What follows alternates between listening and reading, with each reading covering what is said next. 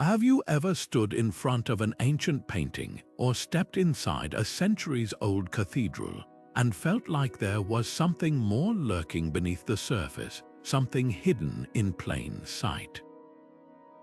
What if I told you that some of the world's most famous artworks and architectural marvels are far more than they appear? They're not just beautiful creations, they're carefully crafted puzzles designed to preserve secrets too dangerous to write down. For hundreds of years, secret societies have operated in the shadows, using the universal language of art to encode forbidden knowledge that could have gotten them silenced, or worse. These weren't just random symbols or decorative flourishes. Every brushstroke, every archway, every seemingly innocent detail was a deliberate piece of a much larger puzzle, waiting for the right eyes to decode it. Think about the last time you looked at a painting by Da Vinci or walked through a Gothic cathedral. Did you notice the strange placement of hands, the odd angles of light, or the recurring motifs that don't quite fit the usual religious themes? These weren't mistakes. They were breadcrumbs left behind by artists who were part of something bigger, a network of thinkers, scientists, and philosophers who risked everything to protect ideas that challenged the powers of their time. From alchemical manuscripts disguised as religious texts to musical compositions hiding mathematical codes, these societies turned art into a vault, locking away truths that could rewrite history. So why go to such lengths? Because throughout history, knowledge has always been power, and power is something that those in control rarely want to share. But what if the greatest heist of all time wasn't about stealing gold or jewels, but about smuggling ideas right under the noses of kings and emperors? That's exactly what these secret societies did. They turned paintings into libraries, cathedrals into encrypted maps, and music into hidden messages. And today, we're going to follow their trail. By the time we're done, you'll never look at a Renaissance masterpiece or a medieval cathedral the same way again. The symbols are there, waiting. All you have to do is learn how to see them. Long before the grand cathedrals and Renaissance masterpieces, the first whispers of hidden knowledge were passed down in hushed tones among initiates of ancient mystery schools. Picture this centuries before the Common Era, beneath the watchful eyes of tyrants and emperors, small circles of scholars and seekers gathered in secret to discuss ideas that could get them exiled or worse. The Pythagoreans in ancient Greece weren't just mathematicians. They were a clandestine brotherhood who believed numbers held divine truths, truths so dangerous they shared them only through coded teachings. Even something as simple as a triangle or a musical scale carried layers of meaning, revealing insights about the cosmos that challenged the accepted beliefs of their time. Then there were the Essenes, a Jewish sect who hid scrolls in clay jars, preserving spiritual and scientific knowledge in the deserts of the Middle East. These weren't just holy texts, they were time capsules, buried to outlast empires and wars. And let's not forget the medieval guilds, stoneworkers and craftsmen, who embedded their trade secrets into the very walls of the buildings they constructed. A mason's mark wasn't just a signature, it was a signature of belonging, a silent nod to a lineage of protectors. But why go through all this trouble? Because knowledge, real, transformative knowledge, has always been dangerous to those in power. Imagine living in a time when simply questioning the shape of the earth or the nature of the stars could land you in a dungeon. These societies realized something profound. If they couldn't speak openly, they could speak through symbols. A painting wasn't just a painting, it was a manifesto. A cathedral wasn't just a place of worship, it was a library in stone. Its stained glass and sculptures whispering secrets to those who knew how to listen. This tradition of concealment didn't fade, it evolved. The Freemasons and Rosicrucians didn't just appear out of nowhere. They inherited a legacy, a hidden thread stretching back to those early guardians of forbidden wisdom. The symbols changed, the methods adapted, but the mission remained the same: to keep the flame of knowledge alive, even when the world tried to snuff it out. So the next time you see an old painting or walk through an ancient building, look closer. The past isn't just speaking to you, it's speaking in code. Symbols are the silent language of the hidden world, a way to speak across centuries without ever writing a single word. Take something as ordinary as a rose. To most people, it's just a flower, but to those initiated into the secret societies of old, it could represent divine love, the unfolding of spiritual wisdom, or even the bloodline of a sacred lineage. That's the power of symbols. They're universal yet deeply personal, simple yet infinitely layered. A compass doesn't just point north, it can signify moral direction, the search for truth, or the alignment of cosmic forces. Even basic geometric shapes, circles, squares, triangles, aren't just design elements. They're the building blocks of a hidden language, one that connects the sacred geometry of temples to the spiral of galaxies. Consider the Fibonacci spiral, a pattern found in seashells, hurricanes, and Renaissance paintings alike. On the surface, it's just an elegant curve. But to those who knew its secret, it was proof of a divine blueprint, a mathematical harmony woven into the fabric of existence.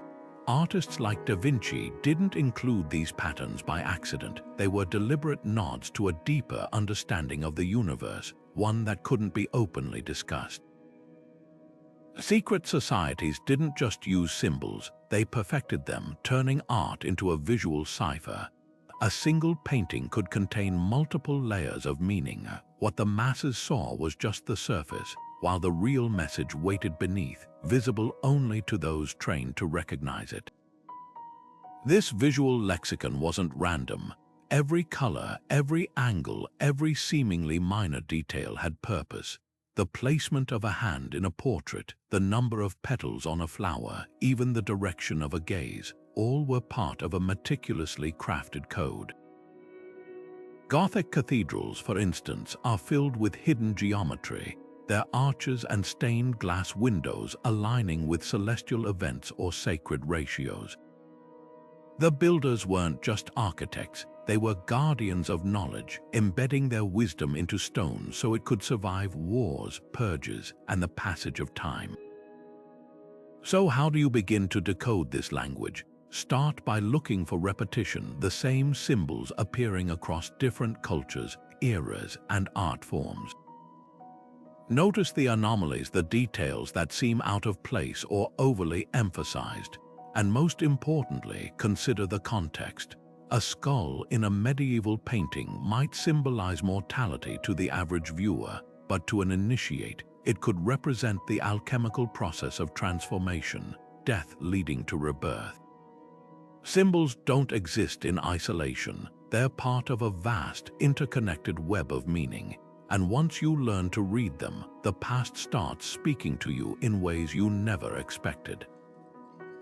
Alchemy wasn't just about mixing strange substances in smoky laboratories. It was a grand metaphor, a secret language of transformation woven into art for those who knew how to read it.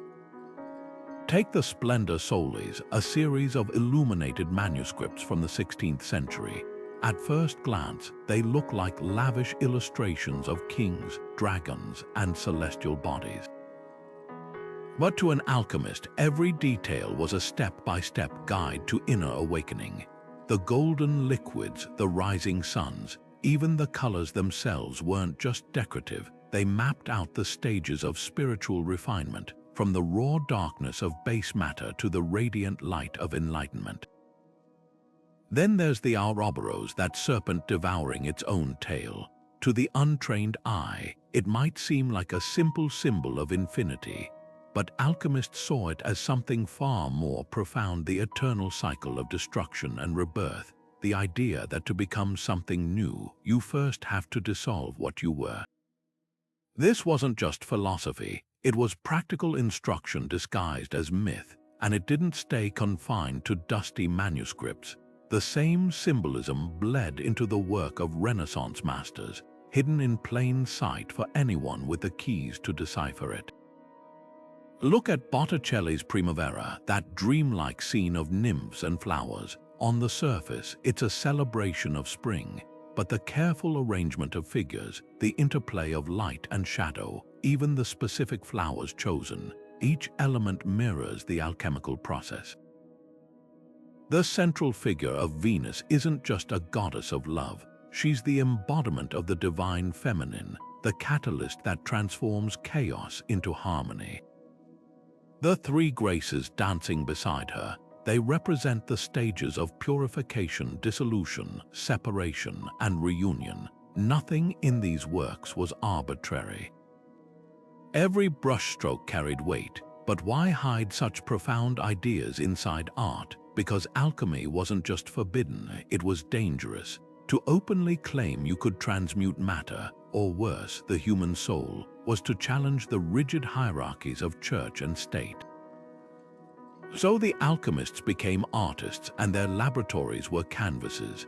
A painting could travel farther than a heretic, survive longer than a rebel, and when the wrong eyes glanced at it, they'd see only a pretty picture, never suspecting the revolutionary ideas simmering beneath the surface. That's the true power of these works. They weren't just beautiful. They were alive with meaning, whispering secrets across the centuries to those willing to listen. The Freemasons didn't just build cathedrals, they built an invisible empire of symbols, weaving their secrets into the very fabric of society. Picture a medieval stonemason carving a delicate rose into the stone of a grand cathedral. To most, it was decoration, but to those initiated into the craft, that rose was a signature, a silent testament to knowledge passed down through generations of master builders. These weren't mere artisans, they were the guardians of sacred geometry, the keepers of proportions that could turn stone into poetry. Over time, their guilds evolved into something far more profound: the Freemasons, a fraternity that traded trowels for treaties, transforming architectural secrets into moral and philosophical codes. Take the square and compass, their most recognizable emblem. On the surface, it's a simple geometric tool, but delve deeper, and it becomes a blueprint for living. The square represents fairness, the compass boundaries. Together, they whisper an ancient truth: that wisdom isn't just about knowing, but about balancing knowledge with virtue. Even the all-seeing eye, often misunderstood as something ominous, carries a far richer meaning. To Masons, it symbolized the divine watchfulness of conscience, a reminder that true enlightenment begins within.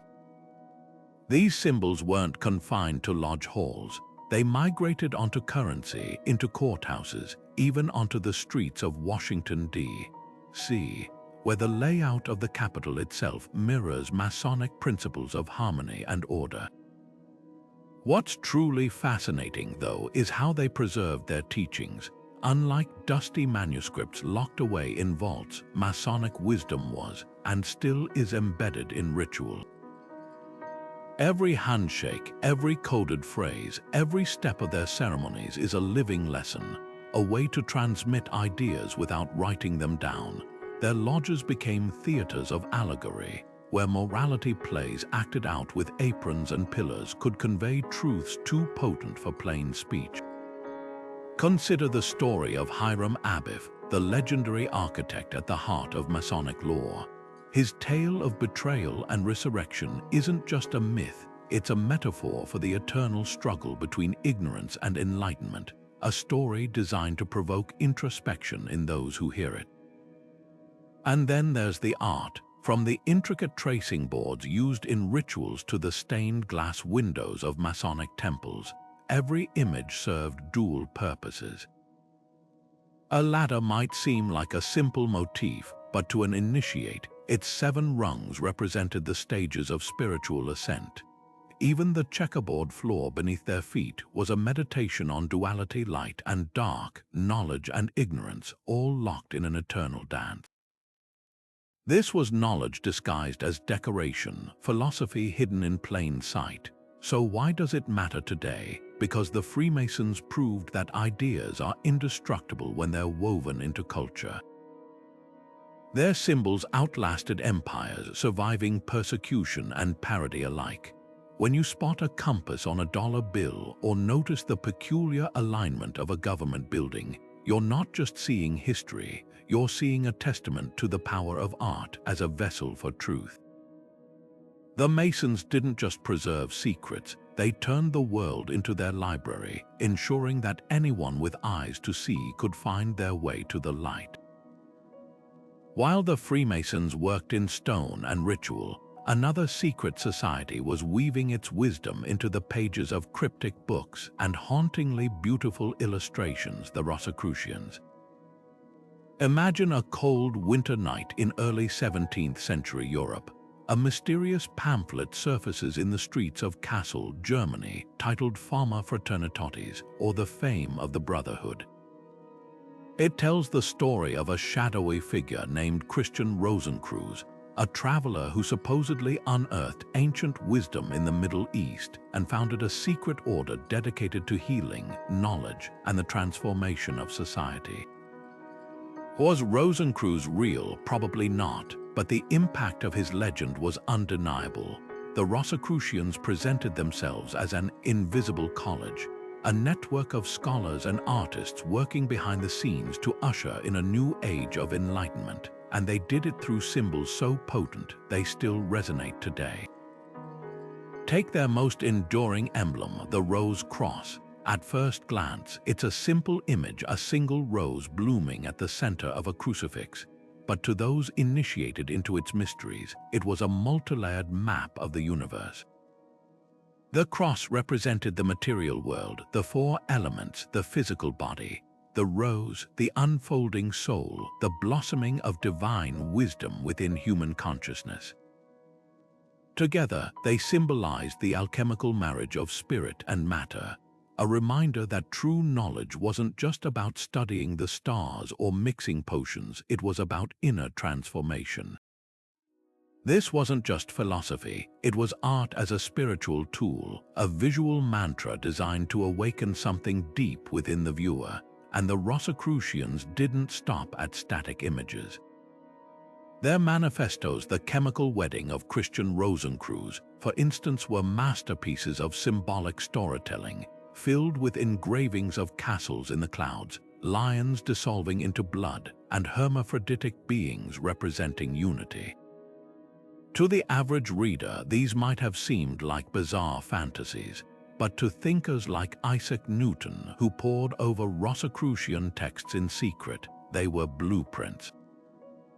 Newton wasn't just a physicist, he was an alchemist, convinced that these cryptic illustrations held clues to the hidden laws of nature. The Rosicrucians understood something radical, that art could bypass the censors of church and state, speaking directly to the intuition of those ready to receive it. Their influence rippled far beyond their own circles. The Golden Dawn, that famous 19th century occult order, borrowed heavily from Rosicrucian symbolism. Even modern psychology owes them a debt. Carl Jung studied their mandala-like images, seeing in them early maps of the unconscious mind. But perhaps their greatest legacy was the way they blurred the lines between disciplines. To a Rosicrucian, a painting wasn't separate from a mathematical equation or a prayer. They were all threads in the same tapestry, different expressions of a single, luminous truth. So the next time you see an old engraving filled with celestial diagrams and enigmatic figures, look closer. What seems like quaint decoration might just be a doorway, one the Rosicrucians left unlocked, waiting for the curious to step through. Leonardo da Vinci's notebooks are a labyrinth of secrets, pages crammed with backward writing, anatomical sketches that defied church doctrine, and mechanical designs centuries ahead of their time. But this wasn't just the work of a brilliant mind. It was the careful craft of someone who knew how dangerous knowledge could be. Take his famous Last Supper. At first glance, it's a solemn biblical scene, but tilt your head and the composition transforms. The disciples aren't just clustered randomly, they form geometric patterns, their bodies creating unseen triangles and hidden alignments that echo sacred geometry. And then there's the figure to Jesus' right, often identified as John the Apostle.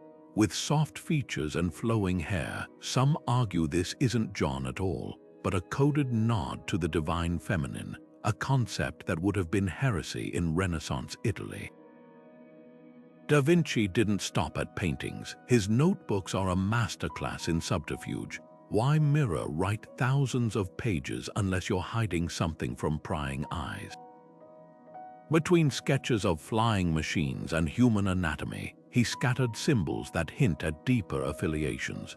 The Vitruvian Man isn't just a study of proportions, it's a fusion of art, science, and esoteric philosophy, the circle and square representing the harmony of heaven and earth. Even his obsession with water, those swirling, turbulent studies of deluges, might be more than artistic fascination. Alchemists viewed water as the primordial element, the solvent that dissolved the old to make way for the new. Was Da Vinci speaking their language, the real stroke of genius? He made his secrets invisible to those who weren't looking. To the Medici or the Vatican, his works were simply masterpieces. But to fellow initiates, they were illuminated manuscripts brimming with subtext. Consider the Mona Lisa's smile a subject of endless speculation, but look beyond her enigmatic expression. The winding paths and jagged rocks in the background mirror alchemical symbols for transformation, while her pose forms a pyramid, an ancient emblem of ascent from the material to the divine. Even the painting's very existence is a clue. Da Vinci carried it with him until his death, as if it were less a portrait and more a talisman. What makes Da Vinci's code so enduring isn't just its complexity, it's its playfulness. He didn't bury his secrets, he displayed them, daring the world to see.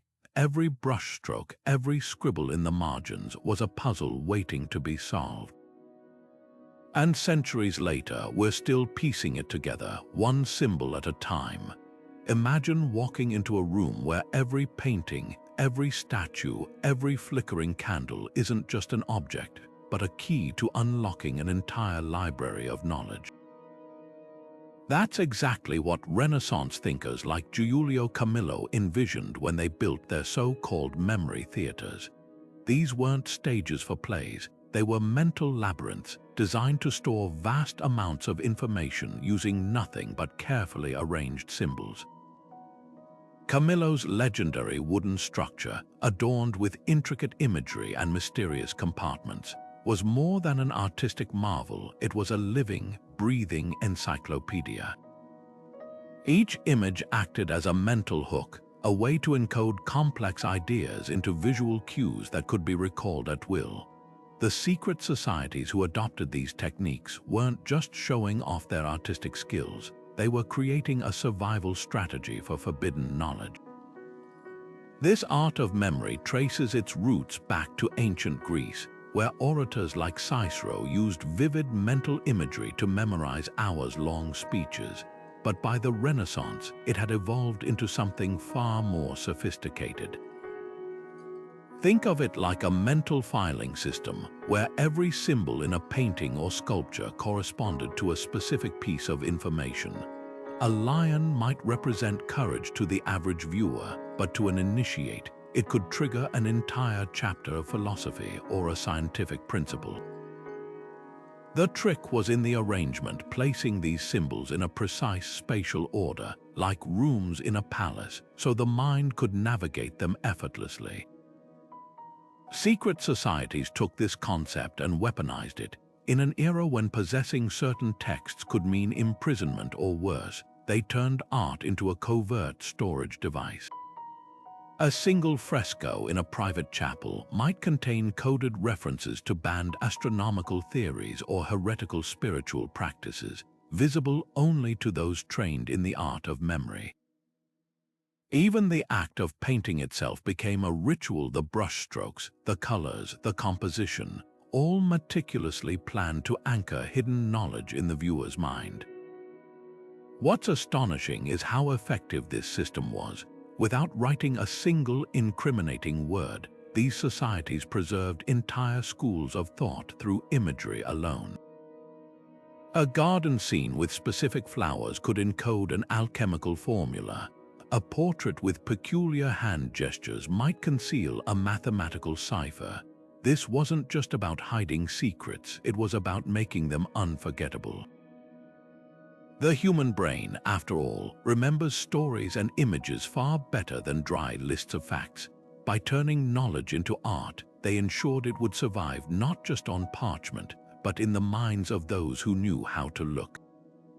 So the next time you see an old painting filled with seemingly random symbols, ask yourself, what if this isn't just decoration? What if it's a map, a puzzle, a whole universe of ideas waiting to be reassembled in the right mind? The greatest trick these societies ever pulled wasn't hiding their knowledge. It was leaving it in plain sight, knowing most would never recognize it for what it truly was. Step inside Chartres Cathedral, and you're not just entering a place of worship, you're stepping into a three-dimensional textbook, its pages written in stained glass and stone. Look up, the famous blue windows aren't just beautiful, they're a celestial calendar, their colors shifting with the solstice light to mark sacred dates known to the ancients. The labyrinth embedded in the floor, it's not a decorative pattern, it's a meditative map, a winding path mimicking the journey of the soul. Every inch of these soaring structures was designed with intention, a visual language that spoke to initiates while remaining invisible to the untrained eye. Take the gargoyles perched high above Notre Dame. Most see them as grotesque decorations, but their positioning tells another story. Aligned with constellations and solstice angles, they transform the cathedral into an astronomical observatory. The same goes for the precise dimensions of the nave, its proportions based on sacred geometry, echoing the ratios found in nature from seashells to planetary orbits. These weren't architectural accidents, they were deliberate acts of preservation, a way to safeguard knowledge that might otherwise have been lost to time or tyranny. Then there's the real mystery, the builders themselves. Many of these cathedrals rose during the heyday of the Knights Templar, an order rumored to have discovered ancient secrets beneath Jerusalem's Temple Mount. Could the odd inclusion of pagan symbols, like the green man hidden among the foliage of Christian carvings, be their doing, or the recurring motif of Mary holding the Christ child in a pose identical to Egyptian Isis with Horus? These weren't mere artistic flourishes, they were quiet rebellions, a way to honor forbidden wisdom under the guise of piety. Even the cathedral's orientation holds clues. Chartres doesn't face true east like most churches, it's offset by a precise angle, aligning with the rising sun on a specific feast day. The floor stones bear mysterious markings, some matching the symbols of medieval alchemists. And the stained glass, beyond their biblical scenes, they contain hidden diagrams, some mirroring the chemical processes of transmutation, others encoding mathematical constants like the golden ratio. What's truly remarkable is how these cathedrals functioned as living libraries. In an age when few could read, the stained glass told stories in light, the sculptures whispered lessons in stone, and the very layout of the building guided initiates through layers of meaning. A pilgrim walking the labyrinth wasn't just performing a ritual, they were retracing the steps of an ancient initiation, their path mirroring the spirals of galaxies and the double helix of DNA long before science gave them names. So why does this matter today? Because these cathedrals are proof that ideas can't be erased, only disguised. When authorities banned certain texts or persecuted thinkers, the architects responded by turning their walls into palimpsests, layer upon layer of meaning waiting to be uncovered. The next time you gaze up at a rose window or trace your fingers along weathered carvings, remember, you're not just seeing art. You're standing in the middle of a conversation that's been going on for centuries, one that began with a whisper and was set in stone. The tarot deck might look like a simple set of illustrated cards, but to those who know its secrets, it's a masterclass in symbolic storytelling. Think about the Fool, that carefree figure stepping off a cliff with nothing but a small sack and a loyal dog. On the surface, it's a whimsical image, but delve deeper, and it becomes a profound metaphor for faith, the leap into the unknown that every seeker must take. And that's just one card. Every symbol, every color, every seemingly random detail in the tarot is a deliberate clue, a piece of a much larger puzzle. This wasn't always the case, though. Originally, tarot cards were just a Renaissance card game played in the courts of Italy and France. But somewhere along the way, occultists noticed something extraordinary. The imagery on these cards mirrored ancient esoteric teachings. The high priestess seated between two pillars, the wheel of fortune spinning endlessly, the skeletal figure of death riding a pale horse. These weren't just pretty pictures. They were echoes of universal truths, the same symbols found in alchemical texts and sacred geometry. By the 18th century, secret societies like the Hermetic Order of the Golden Dawn had taken these cards and refined them, layering them with even deeper meaning. They standardized the colors, the poses, even the direction a character's gaze was turned, transforming the tarot into a portable encyclopedia of hidden knowledge. What makes the tarot so powerful is its duality. To the untrained eye, it's a deck of artful illustrations, but to an initiate, it's a living, breathing system of wisdom. Take the tower, for instance, a lightning-struck structure with figures tumbling from its heights. At face value, it's a scene of chaos, but in esoteric circles, it represents the necessary destruction of illusion, the moment when false beliefs are shattered to make way for truth. Even the minor arcana, often overlooked, are rich with meaning. The Suit of Cups isn't just about emotions, it's about the alchemical element of water, the fluid, intuitive side of the soul. The swords, they're the sharp clarity of thought, the double-edged nature of the mind. And here's the real genius: the tarot doesn't just store knowledge, it reveals it differently to each person who engages with it. A medieval mystic might see the Hierophant as a religious authority, while a modern reader interprets it as a symbol of personal belief systems. The cards act like mirrors, reflecting back whatever the viewer is ready to understand. That's why they've endured for centuries, surviving bans, skepticism, and cultural shifts. They're not static, they evolve with us. So the next time you see a tarot card, don't just glance at the image. Look closer. The symbols are speaking, not in words, but in a language older than text, a language of art, intuition, and hidden connections. And who knows? Maybe the right card at the right moment will reveal something you've always known, but never quite seen. Hieronymus Bosch's The Garden of Earthly Delights isn't just a surreal trip through heaven, earth, and hell. It's a visual manifesto, a riot of symbolism so dense that scholars still debate its meaning 6 centuries later. Look closely at those strange hybrid creatures, the oversized fruit, the figures trapped inside glass bubbles. These aren't random flights of fancy. They're deliberate, painstakingly placed clues pointing to alchemical transformations, forbidden spiritual practices, and even early psychedelic experiences. Some researchers believe the triptych's central panel, with its writhing nude figures and fantastical structures, mirrors the stages of the philosopher's stone's creation, dissolution, purification, and rebirth hidden beneath the guise of a moral warning about sin. Then there's Pieter Bruegel the Elder, whose The Tower of Babel seems at first like a straightforward biblical scene, but zoom in. The tower's architecture is impossibly precise, its spiraling ramps mirroring the Fibonacci sequence. The workers hauling stones, they're arranged in groups that correspond to celestial alignments. Even the ships in the harbor carry flags with cryptic sigils, possibly nods to secret guilds or esoteric traditions.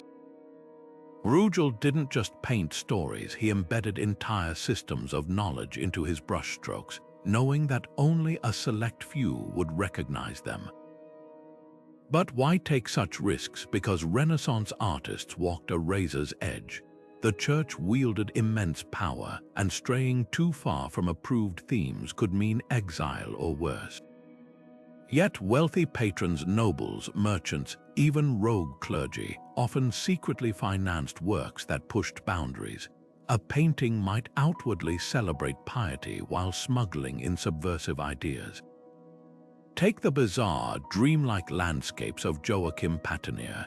His St. Jerome in the Wilderness shows the saint in a rocky wasteland, but the background teems with odd, mineral-like formations that resemble alchemical vessels.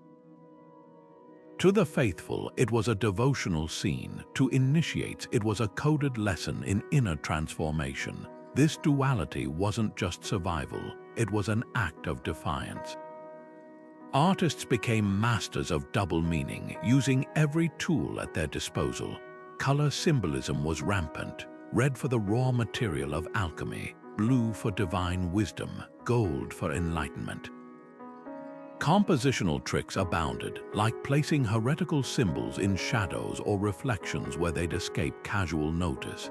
Even the frame of a painting could carry hidden messages, its carvings or inscriptions hinting at deeper layers.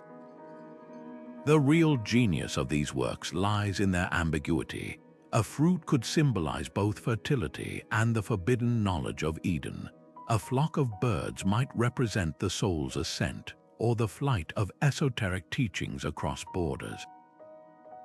This fluidity let artists deny accusations of heresy while still speaking truth to those with eyes to see. So the next time you stand before a Renaissance masterpiece, remember, you're not just looking at art. You're witnessing a centuries-old game of cat and mouse, where the stakes were nothing less than the survival of ideas too dangerous to name. The Kabbalah's tree of life isn't just a mystical diagram, it's a cosmic blueprint, a geometric key to understanding how the divine interacts with the material world. Picture 10 spheres or sephirot connected by 22 pathways, each representing a different aspect of creation, from wisdom and understanding to mercy and judgment. To the untrained eye, it might look like an abstract network of circles and lines, but to Kabbalists, this was the very architecture of existence, a map of how energy flows from the infinite into the finite. And here's where it gets fascinating. These same geometric principles didn't stay confined to Jewish mysticism. They seeped into the secret societies of Europe, where alchemists and Freemasons recognized them as universal truths, repurposing the tree's structure to encode their own esoteric teachings. Take the Louvre Pyramid in Paris, a modern marvel that seems worlds apart from ancient mysticism. Yet its glass panes aren't randomly arranged. They form exact geometric ratios, echoing the same sacred proportions found in Kabbalistic diagrams. The pyramid itself, a shape revered by alchemists as a bridge between earth and heaven, stands as a silent testament to how these symbols endure. Even the pyramid's placement isn't accidental. Alignments with solstice sunrises, hidden numerical codes in its dimensions, these aren't quirks of design. They're deliberate nods to a tradition that saw geometry as the language of the divine. Sacred geometry isn't just about pretty shapes. It's the idea that certain patterns, the golden ratio, the flower of life, the Fibonacci spiral repeat throughout nature, from the spirals of galaxies to the veins of a leaf. These aren't coincidences. To secret societies, they were proof of a hidden order, a mathematical harmony woven into the fabric of reality. That's why Renaissance architects embedded these ratios into cathedrals, why occultists like John Dee studied them alongside astronomy, and why even today you'll find them in everything from corporate logos to government buildings. The message is clear. Art and architecture have always been more than aesthetic pursuits. They're vessels for a deeper truth, a way to encode wisdom in plain sight. So what does this mean for us? It means that every time we encounter a geometric pattern, whether in an ancient manuscript or a modern skyscraper, we're glimpsing a thread of a much larger tapestry.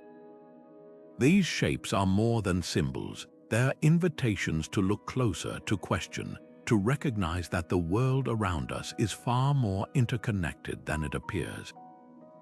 The Kabbalists knew it, the alchemists knew it, and now the choice is ours. Will we see the patterns or will we walk right past them? The story of the Illuminati is a perfect case study in how a small historical group can balloon into a global legend.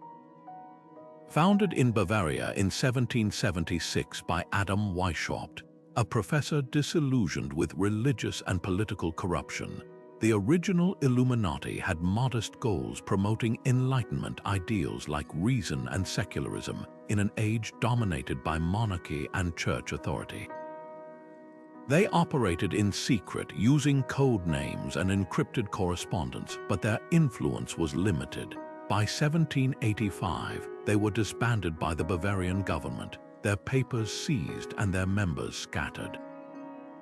Yet somehow, this short-lived society became the cornerstone of conspiracy theories that persist to this day. What's fascinating isn't what the Illuminati actually did, it's what people believe they did. Their alleged symbols are everywhere: the pyramid on the U.S. dollar bill, the owl in Bohemian Grove imagery, even the all-seeing eye floating above unfinished monuments. But here's the twist: most of these connections are retroactive, stitched together centuries after the group's demise. The dollar bill's pyramid, for example, was designed by a committee in the 1780s, with no proven link to Weishaupt's circle. The owl, a symbol of wisdom since ancient Athens, was co-opted into the mythos by modern conspiracy theorists. These symbols weren't planted by some shadowy cabal. They were absorbed into the legend because they fit the narrative of hidden control. That narrative says more about us than it does about the Illuminati. There's something deeply human about seeing patterns where none exist, especially in art and architecture. A corporate logo with a subtle geometric shape becomes proof of a secret agenda. A music video's lighting or set design gets dissected frame by frame for occult clues. This isn't paranoia, it's a reflection of how powerfully symbols resonate with us. The irony: the real Illuminati wanted to free society from superstition, yet their legacy became a magnet for it. But let's be clear, the persistence of these myths isn't just about misinformation. It's about the thrill of the hunt. Decoding hidden meanings in art, whether they're really there or not, taps into a primal curiosity. When we stare at a Renaissance painting or a modern album cover, we're not just seeing colors and shapes, we're searching for a story beneath the surface. And sometimes the most compelling stories are the ones we invent ourselves. The Illuminati may have faded into history, but their legend endures because it speaks to something timeless: our desire to believe that the world is more layered, more intentional than it appears. So the next time you spot an owl in a logo or a pyramid in a mural, ask yourself, is this a genuine cipher or just a canvas for our collective imagination? Either way, the real power lies not in the symbols but in what they inspire us to see. Music has always been more than just melodies and rhythms. It's a hidden language, one that speaks directly to the subconscious. Take Mozart's The Magic Flute, an opera brimming with Masonic symbolism. On the surface, it's a fairy tale about love and adventure, but listen closer. The overture's opening chords mirror the knock patterns used in Masonic lodges, a secret greeting for those in the know. The number 3, sacred to Freemasonry, repeats throughout 3 ladies, 3 boys, even the 3-note motif that underpins the entire score. Mozart wasn't just composing, he was weaving an initiation ritual into music, a sonic blueprint for spiritual ascent. Then there's the eerie symmetry of Bach's compositions. His fugues and canons are mathematical marvels, but they're also something deeper, audible representations of sacred geometry. When a melody mirrors itself in inversion or retrograde, it's not just clever craftsmanship. It's an echo of the Hermetic principle, as above, so below, the idea that the microcosm reflects the macrocosm. Even the tuning systems of the Baroque era, like the well-tempered clavier, weren't just about practicality. They encoded the harmonic ratios of the cosmos, turning each performance into a meditation on universal order. Fast forward to the 20th century, and the tradition didn't fade, it evolved. David Bowie's Station to Station album is steeped in Kabbalistic references, from the title's nod to the Tree of Life, Sephiroth, to the lyrics' allusions to ceremonial magic. The Beatles' SGT, Pepper's Lonely Hearts Club Band cover, wasn't just a collage of famous faces. It was a Rosicrucian tableau with figures like Aleister Crowley and Carl Jung placed deliberately beside the band. Even modern hip-hop samples and electronic music's layered frequencies can carry esoteric meanings, proving that the language of sound transcends eras and genres. But perhaps the most surprising examples are hiding in plain sight. National anthems, those seemingly straightforward hymns of patriotism, often contain musical ciphers. The opening notes of the Star-Spangled Banner form a perfect Masonic triad, while Francis La Marseillaise follows a harmonic progression that mirrors ancient Greek modes used in mystery schools. These weren't accidents. Composers understood that music bypasses logic, speaking directly to the soul. A melody could carry a revolutionary idea or a spiritual truth, all while flying under the radar of censors and authorities. So the next time you find yourself humming a tune or lost in a song's crescendo, pay attention. What feels like entertainment might just be a message in a bottle, floating across time, waiting for the right ears to hear what's really being said. Shakespeare's plays are a masterclass in double meaning, a feast of wordplay where every line could be hiding a second, far more subversive layer. Take The Tempest, that mystical tale of a sorcerer stranded on an island. On the surface, it's a story about magic and revenge, but look closer and it reads like a Rosicrucian manifesto. Prospero's soliloquies drip with alchemical imagery. His books are dukedom large enough, not just sources of power but symbols of gnosis, the secret knowledge prized by esoteric circles. His famous speech about dissolving the great globe itself mirrors the alchemical stage of solve et coagula, the process of breaking down matter to purify it. Even the island's strange, dreamlike logic feels lifted straight from Hermetic texts, where reality bends to the will of the enlightened mind. Then there's Hamlet, where the prince's musings on death and the afterlife echo the Rosicrucian obsession with mortality as a gateway to transformation. To be or not to be isn't just existential, it's a coded meditation on the alchemical Negrido, the dark night of the soul that precedes rebirth.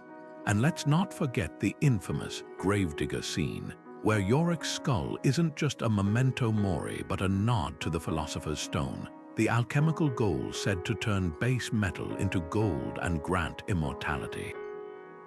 Shakespeare didn't just write tragedies, he embedded them with the very symbols secret societies used to discuss the mysteries of existence.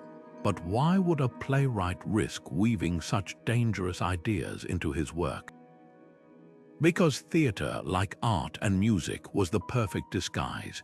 A nobleman might squirm at a heresy preached from a pulpit, but he'd applaud it delivered as a soliloquy. Shakespeare's genius lay in making the esoteric accessible and deniable. When Portia in The Merchant of Venice speaks of mercy, dropping as the gentle rain from heaven, she's quoting hermetic texts on divine wisdom, yet the line slips past censors as poetic flourish. Even the sonnets, with their recurring themes of alchemical weddings and hidden lovers, read like love poems to the uninitiated, but to those with the keys, they're a roadmap.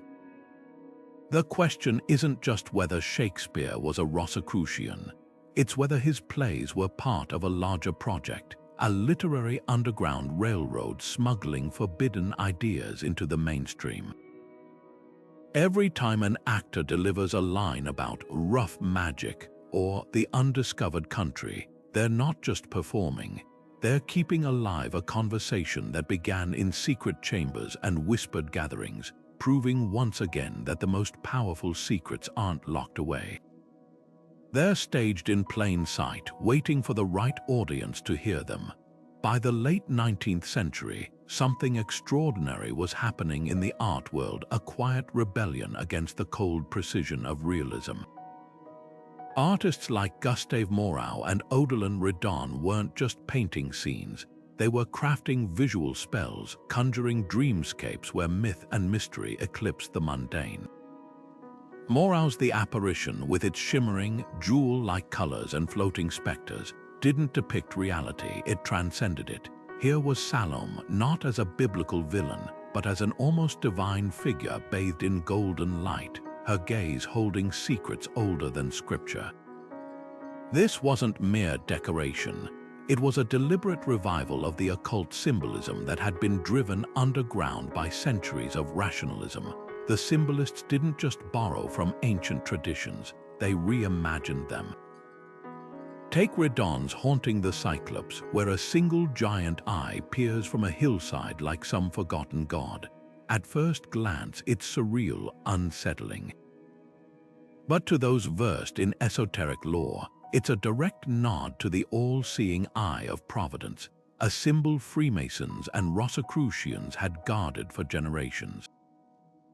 Even the movement's obsession with mythical creatures, sphinxes, chimeras, androgynous angels wasn't random. These were the same archetypes alchemists and mystics had used for centuries to represent the union of opposites, the fusion of spirit and matter. The symbolists weren't just making art, they were resurrecting a visual language that had been forced into hiding. What set them apart was their refusal to explain. Unlike Renaissance painters who hid symbols beneath layers of realism, the symbolists embraced ambiguity.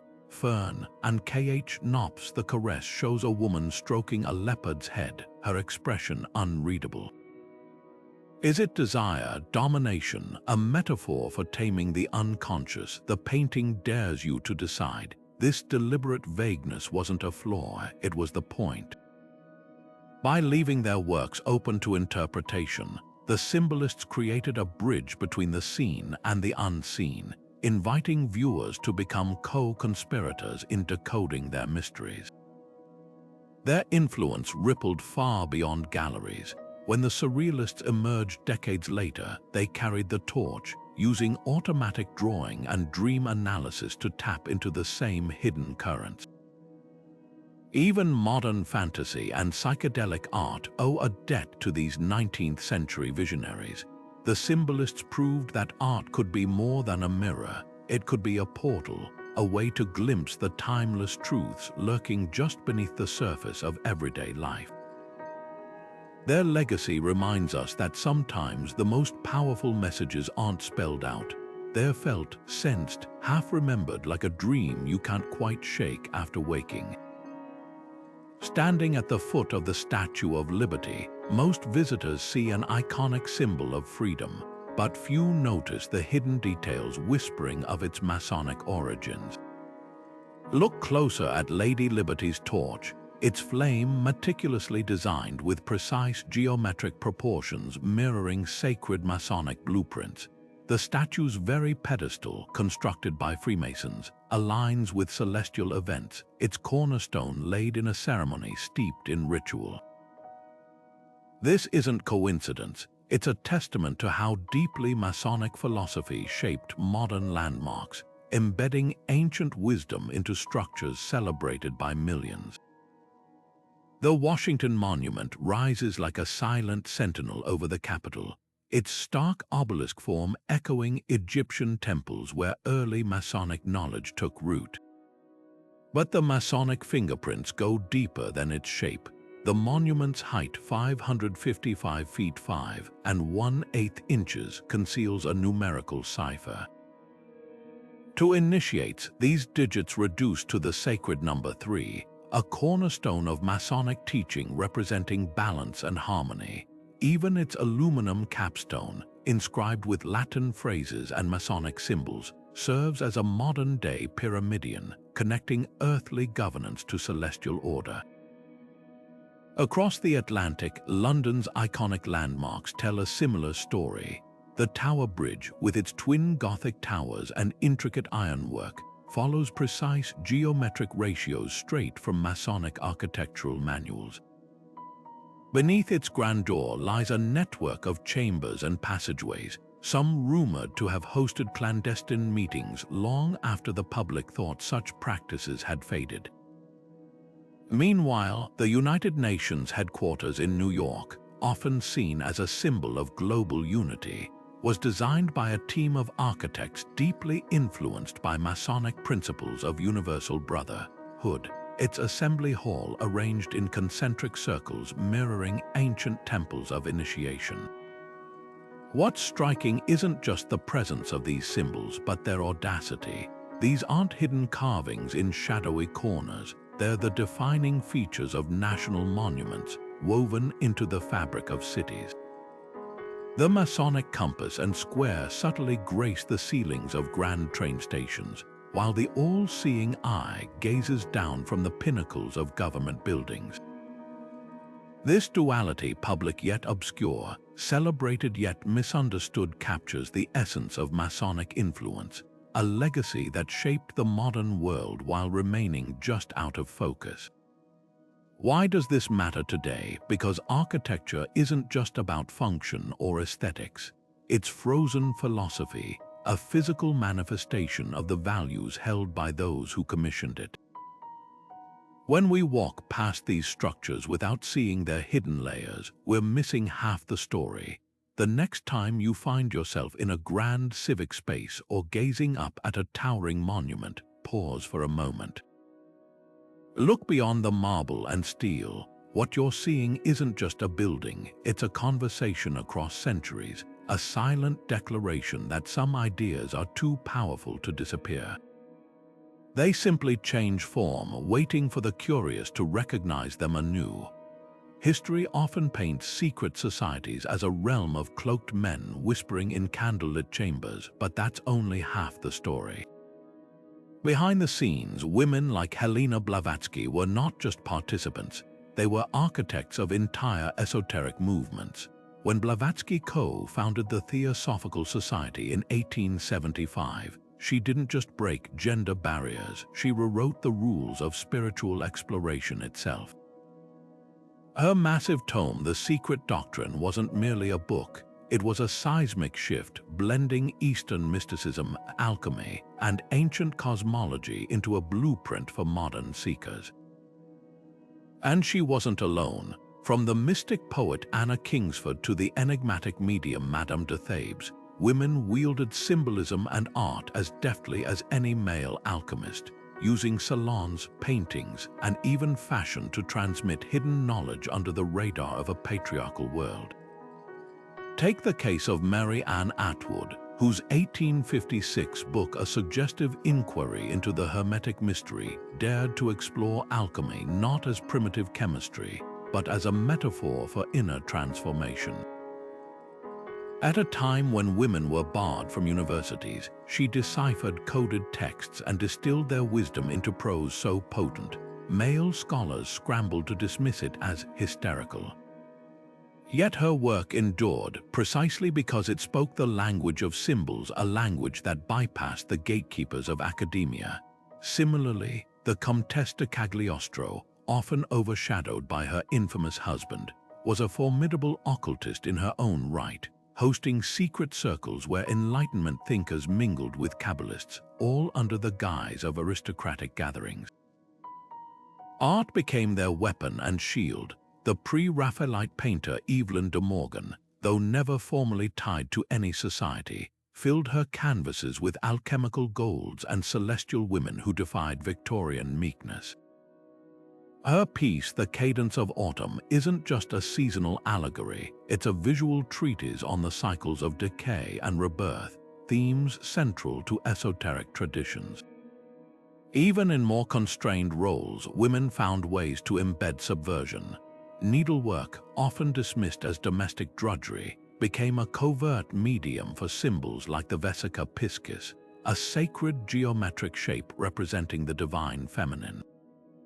Stitched into altar cloths or wedding linens, these patterns carried whispers of Gnostic gospels and goddess worship into pious households. Why does this matter?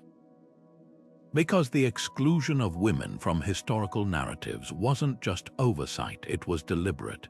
Societies that feared their influence labeled them witches or hysterics, erasing their contributions. Yet their legacy lingers in the details: a medieval manuscript's marginalia, a Renaissance portrait's subtle gesture, a 19th century poem's veiled references. These women didn't just preserve forbidden knowledge, they reinvented it, proving that secrecy isn't about power over others. It's about the power to endure, to adapt, and to speak across centuries in a language only the initiated can hear. Walk into any Starbucks and you're not just ordering coffee, you're staring into the eyes of a centuries-old symbol. The twin-tailed siren in their logo isn't just a whimsical mermaid, she's a direct descendant of medieval alchemical illustrations where sirens represented the duality of earthly and divine knowledge.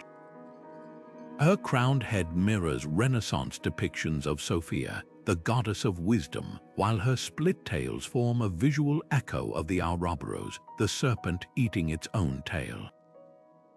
This isn't accidental. When the founders dug through old maritime books for inspiration, they unknowingly tapped into an icon with roots stretching back to secret societies who used such imagery to signify hidden truths. Then there's Apple's iconic bitten fruit, a logo so simple yet so loaded with historical baggage.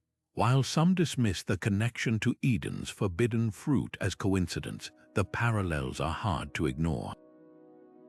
In alchemical traditions, the apple symbolized the pursuit of gnosis, the forbidden knowledge that could elevate or destroy. The bite itself is curiously precise, mirroring the Fibonacci spiral found in sacred geometry. Even the company's name carries weight. Apple evokes the mythical apples of the Hesperides, guarded treasures from Greek mythology associated with immortality. Whether Steve Jobs intended these layers or not, the symbol now carries them, proving how easily ancient motifs slip into modern branding. But why would corporations use such imagery? Sometimes it's deliberate. The fashion house Versace's Medusa logo isn't just about allure, it's a nod to the Gorgon's power to turn onlookers to stone, a metaphor for the hypnotic effect of luxury. Other times, it's subconscious resonance. The all-seeing eye atop the pyramid in the Luxottica logo, parent company of Ray-Ban and Oakley, mirrors Masonic symbolism, though the designers may have simply borrowed a familiar emblem of vision and clarity. Even the FedEx logo hides an arrow in its negative space, a subliminal nod to Hermes, the swift messenger god worshipped by occultists as a patron of communication. The real mystery isn't whether these companies are secretly controlled by esoteric orders, it's why these symbols still hold power. A siren or a bitten fruit grabs our attention not because of some hidden conspiracy, but because they tap into archetypes buried deep in our collective unconscious. They feel significant even if we don't know why. That's the magic of symbols. They outlive their original meanings, adapting to new eras while retaining their primal pull. So the next time you unbox a new gadget or sip your latte, take a closer look at the logo staring back at you. It might just be a clever marketing design, or it might be the latest chapter in a story that began in alchemists' labs and mystery schools. Either way, the past is still speaking, one corporate emblem at a time. Of all the unbroken codes in history, none taunt scholars quite like the Voynich manuscript, a book that refuses to surrender its secrets. Picture a 200-page parchment filled with looping, alien script no one can read, accompanied by drawings of plants that don't exist and naked women bathing in emerald green tubes. Carbon dated to the early 15th century, this bizarre volume has baffled cryptographers, linguists, and botanists for centuries. Some theories suggest it's a lost herbal compendium, its strange flora representing undiscovered species or alchemical hybrids. Others argue it's a meticulously crafted hoax, designed to deceive Renaissance collectors hungry for curiosities. But what if the truth is stranger still? What if the Voynich isn't meant to be read at all, at least, not in the way we expect? Take a closer look at those peculiar illustrations. The so-called herbal section features plants with roots like arteries and leaves that spiral in impossible Fibonacci sequences, more akin to alchemical diagrams than botanical sketches. The astrological charts don't match any known celestial maps. They're zodiac rings populated by tiny figures swimming through starry pools. Even the manuscript's most famous section, the biological folios showing interconnected tubes and bathing nymphs, defies medical or anatomical logic. These aren't failures of observation, they're deliberate deviations, visual riddles meant to convey something beyond literal interpretation. Then there's the script itself. Statistical analysis reveals patterns consistent with a real language, yet every attempted decryption, from medieval cipher keys to AI algorithms, has hit a wall. The most tantalizing clue, marginalia in a later hand, possibly by alchemist George Berge, who called the book a sphinx taking up space in his library. This wasn't just frustration, it was recognition. To Renaissance occultists, the Sphinx symbolized guarded wisdom, its riddles a test of the seeker's worthiness. The Voynich's resistance to translation might not be a flaw, it could be the point. Consider the possibility that the manuscript isn't a book in the traditional sense, but a symbolic artifact. Medieval grimoires often mixed real recipes with deliberate obfuscations to ward off the uninitiated. Alchemical texts were famous for their blind instructions, hiding true methods beneath layers of allegory. The Voynich could be the ultimate expression of this tradition, a paradox designed to frustrate casual readers while signaling deeper meaning to those trained in its visual language. Its very indecipherability ensures only the worthy, those who think in symbols, not just words, might grasp its purpose. What makes the Voynich manuscript extraordinary isn't just its mystery, but its endurance. In a world where we've cracked wartime codes and digitized ancient libraries, this peculiar book remains stubbornly opaque. It's a testament to the power of art as a vessel for secrets, not because it hides them, but because it transforms them into something transcendent. The moment we stop trying to read the Voynich and start seeing it, we might finally understand why, after 6 centuries, it still won't let us look away. Salvador Dali's melting clocks and floating elephants weren't just the products of a wild imagination, they were deliberate excavations of the subconscious, a realm secret societies had been mapping for centuries. When Dali described his method as paranoid critical, a way to access delusional states for creative breakthroughs. He was unknowingly echoing the practices of alchemists and mystics who used ritual and symbol to bypass rational thought. The famous persistence of memory, with its drooping timepieces draped over barren landscapes, isn't just a surreal daydream, it's a visual representation of the alchemical solve et coagula, the dissolution of rigid structures to access deeper truths. Time melts because Dolly, like the occultists before him, understood that true knowledge often lies beyond the grasp of logic, but Dolly wasn't working in isolation. The entire Surrealist movement operated like a modern-day mystery school, with André Breton's Manifesto of Surrealism serving as its sacred text. Automatic writing, dream analysis, even games like Exquisite Corpse, these weren't just artistic exercises. They were tools to tap into what the Hermeticists called the anima mundi, the world soul, a hidden layer of reality where symbols and archetypes collide. Max Ernst's frottage technique, rubbing pencil over textured surfaces to reveal hidden images, mirrored the divinatory practices of Renaissance magicians scrying for omens in smoke or water. Even René Magritte's The Treachery of Images, with its blunt declaration, "Ces n'est pas une pipe," played with the same esoteric idea that reality is a veil and art's job is to tear it aside. What's striking is how closely Surrealism's imagery aligns with ancient esoteric traditions. The recurring motif of the labyrinth in Yves Tanguay's paintings doesn't just evoke psychological complexity, it's a direct callback to the initiatory labyrinths of medieval cathedrals, where seekers walked a winding path to spiritual awakening. The disembodied eyes in Man Ray's photographs recall the all-seeing eye of Providence, a Masonic emblem representing divine oversight.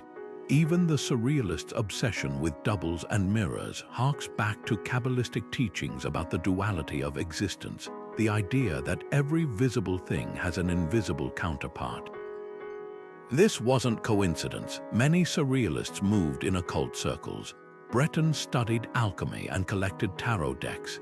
Leonora Carrington wove Celtic mythology and alchemical symbolism into her dreamlike narratives, while Remedios Varo's intricate machines and clockwork mystics drew directly from her deep reading of Hermetic texts.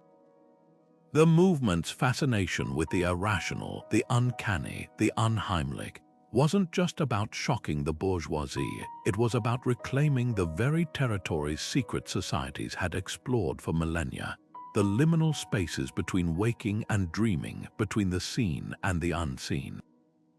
Today, Surrealism's legacy lives on in everything from psychedelic art to virtual reality, proving that the urge to explore hidden realms never fades. The next time you lose yourself in a bizarre dream or stumble upon a painting that unsettles you, remember, you're not just looking at art, you're witnessing the latest chapter in humanity's oldest quest to crack open the door of perception and peer into the unknown. The symbols may have changed, but the search remains the same. The internet didn't kill symbolism, it supercharged it. What once required painstaking brushstrokes or stained glass now spreads at the speed of a click, with memes acting as modern-day hieroglyphs. Take the infamous distracted boyfriend meme, where a man turns to gawk at another woman while his partner glares.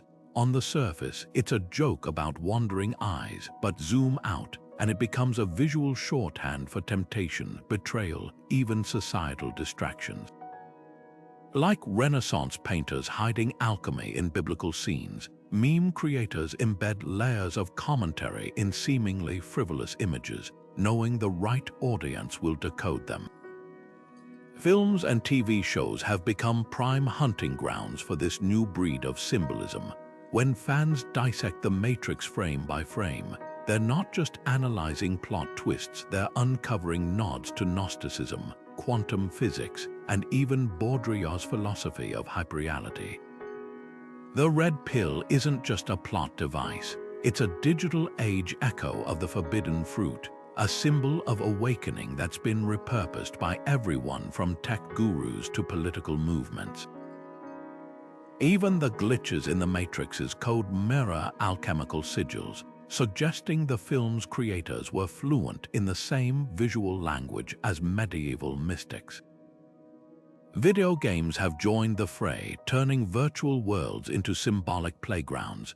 Control, with its brutalist architecture and shifting labyrinths, feels like a playable Rosicrucian manifesto, its documents referencing real occult texts. The indie game The Witness hides sacred geometry in its island's very landscape, rewarding players who think in patterns rather than words. These aren't Easter eggs, they're continuations of a tradition where art serves as both entertainment and initiation. What's fascinating is how these digital symbols evolve. The all-seeing eye, once hidden in Masonic lodges, now appears in corporate logos and viral TikToks, its meaning morphing with each iteration. Online communities like r/Symbolism dissect these connections daily, proving that the human drive to find meaning in imagery hasn't faded, it's gone global. The tools have changed from chisels to pixels, but the game remains the same. Hide the truth in plain sight, and let those who are ready discover it for themselves. Not every symbol etched into history carries a hidden truth. Some are misunderstandings, some are wishful thinking, and others are outright fabrications. Take the so-called Bible code, the claim that predictive messages could be uncovered by skipping letters at fixed intervals in the Hebrew text. While it captured imaginations in the 1990s, mathematicians quickly pointed out that similar codes could be found in any sufficiently long text, from Moby Dick to a grocery list. That's the danger of seeing patterns where none exist. Our brains are wired to connect dots, even when no lines were ever drawn. Then there's the persistent myth of the Illuminati pulling strings behind every world event. While the real Bavarian Illuminati disbanded centuries ago, their legend has morphed into a catch-all explanation for everything from pop lyrics to political scandals. The problem isn't just the misinformation, it's how these theories drown out legitimate historical symbolism. When a music video's lighting or a corporate logo gets dissected for proof of secret control, it distracts from the real, documented ways symbols have been used to preserve knowledge. The all-seeing eye on the dollar bill isn't a sinister marker of world domination. It's a Masonic emblem representing divine providence, a far more nuanced idea than conspiracy theories allow. Even well-intentioned researchers can fall into the trap of overinterpretation. The infamous Voynich manuscript, for all its genuine mystery, has spawned countless theories, from an alien language to an elaborate Renaissance prank. But sometimes a strange illustration is just that, strange, not necessarily profound. The challenge isn't just decoding symbols, it's recognizing when we're projecting meaning onto them. This isn't to say skepticism should dull our curiosity. Real symbolic traditions thrive on layers of meaning, but they also demand rigor. Alchemical texts didn't hide their secrets behind randomness. They used precise, repeatable imagery understood by initiates. The difference between a true cipher and a coincidence is often context. A single rose in a medieval painting might be decorative, but a rose recurring across multiple works, paired with specific colors or geometric arrangements, likely signals something deeper. The key lies in balancing open-mindedness with scrutiny. For every genuine esoteric masterpiece, there's a modern hoax or a misread artifact. The Da Vinci Code phenomenon, for instance, wove entertaining fiction from half-truths, leaving many convinced that Leonardo's Last Supper hides explosive secrets about Mary Magdalene.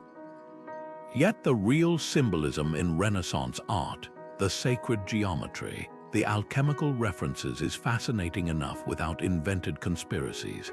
Separating the profound from the fabricated isn't just about debunking myths. It's about honoring the genuine craft of those who risked everything to encode their wisdom. After all, the truth is often stranger and richer than fiction. Decoding hidden symbols in art and architecture isn't just for scholars or conspiracy theorists. It's a skill anyone can develop with the right approach. Start by training your eye to spot recurring motifs. That strange flower in the corner of a Renaissance painting, the odd geometric pattern in a cathedral's floor tiles.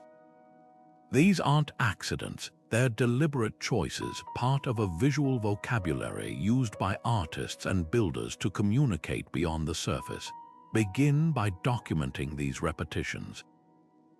Keep a notebook or digital folder where you collect images of symbols that catch your attention: celestial bodies, animals, specific colors, or even hand gestures.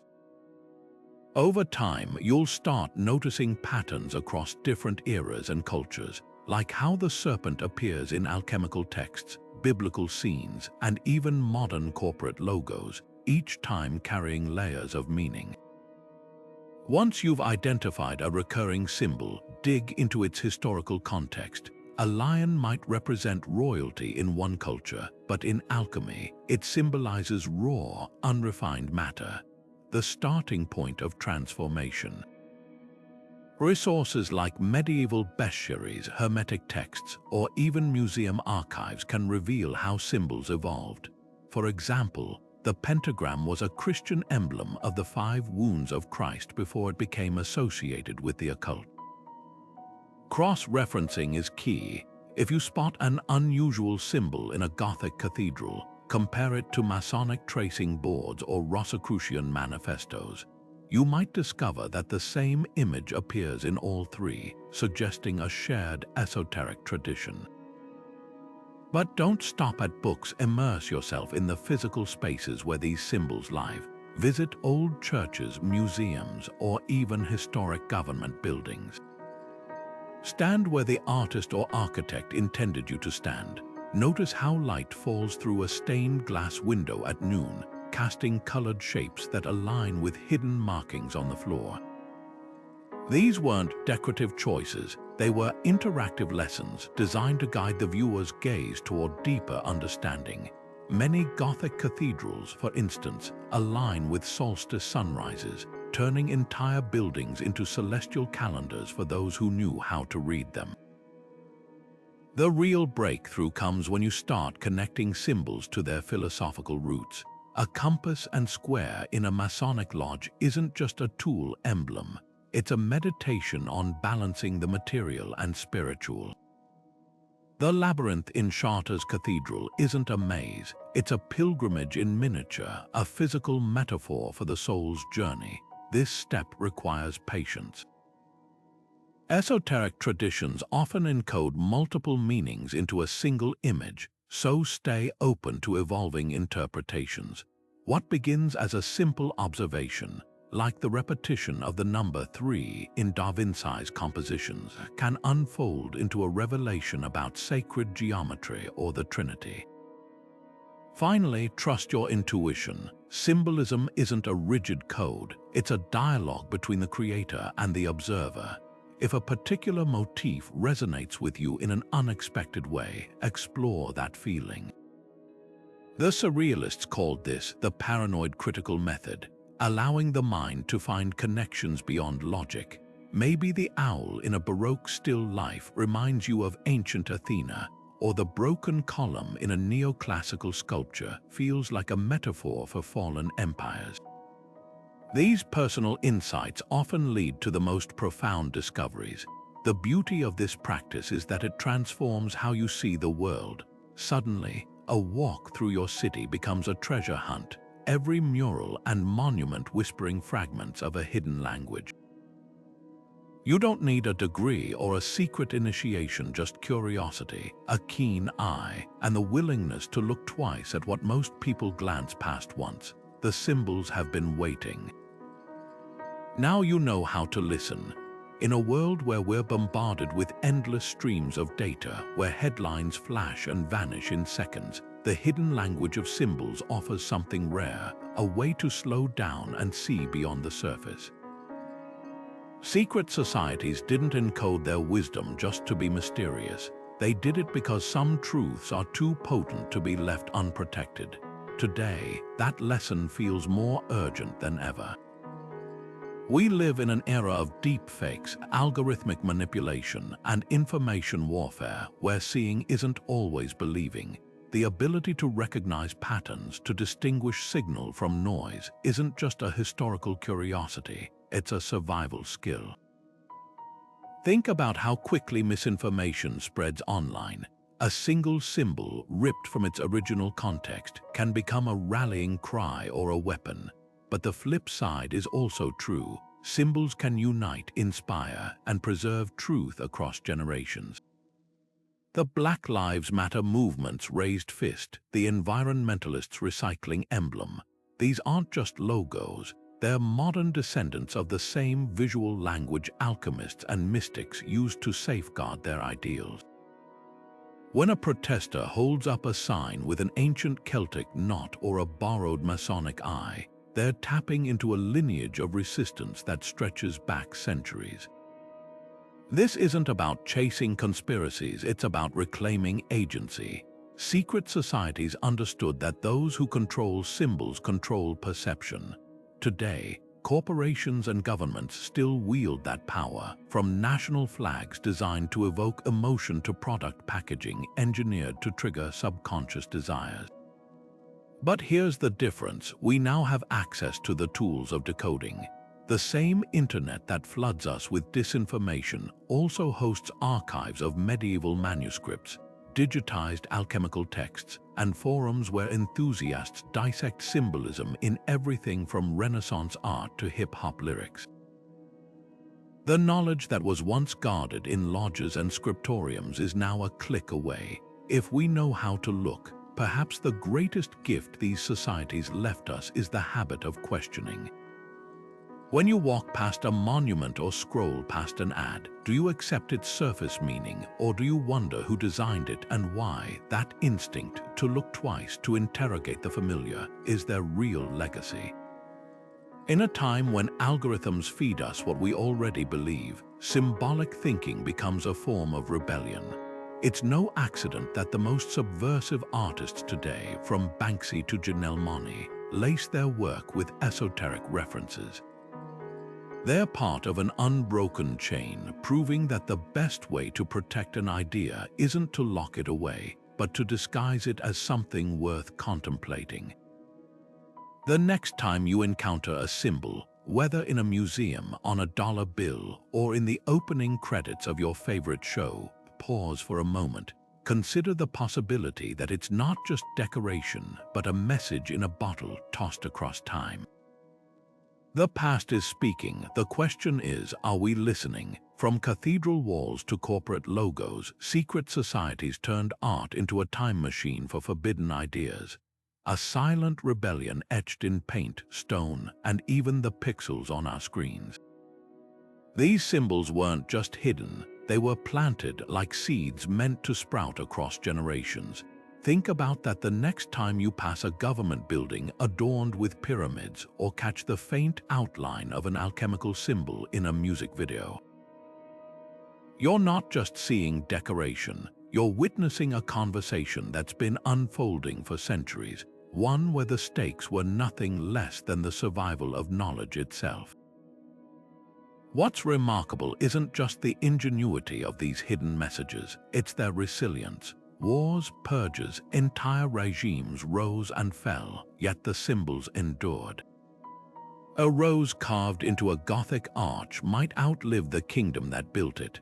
A Masonic compass on a dollar bill survives political upheavals unscathed. That's the power of art as a vessel. It slips through the cracks of history, carrying truths too dangerous to speak aloud. The real magic lies in the fact that these symbols want to be found, but only by those who are truly looking. So here's the challenge they left us: to see the world differently. Not as a flat surface of facts and images, but as a layered text, rich with meaning waiting to be unraveled. The next time you stand before a Renaissance painting or scroll past a viral meme, pause. Look for the anomalies, the odd angles, the repeated motifs, the details that don't quite fit. Ask yourself, why does this feel intentional? Because chances are it is. This isn't about uncovering some grand conspiracy. It's about recognizing that art has always been more than meets the eye, a bridge between the seen and the unseen, the spoken and the unspeakable. And now the torch passes to us. Every time we share a symbolic artwork, debate its meaning, or even just pause to appreciate its hidden depths, we're keeping that tradition alive. The treasure hunt doesn't end here, it's just beginning. If this journey into the shadows of history sparked your curiosity, there's so much more to explore. Hit subscribe to join us as we decode the next layer of mysteries, because the past isn't done talking yet. And drop a comment below. What's the most intriguing symbol you've ever stumbled upon? A forgotten glyph in an old book, a strange pattern in your city's architecture. Let's keep the conversation going. After all, the best secrets are the ones we uncover.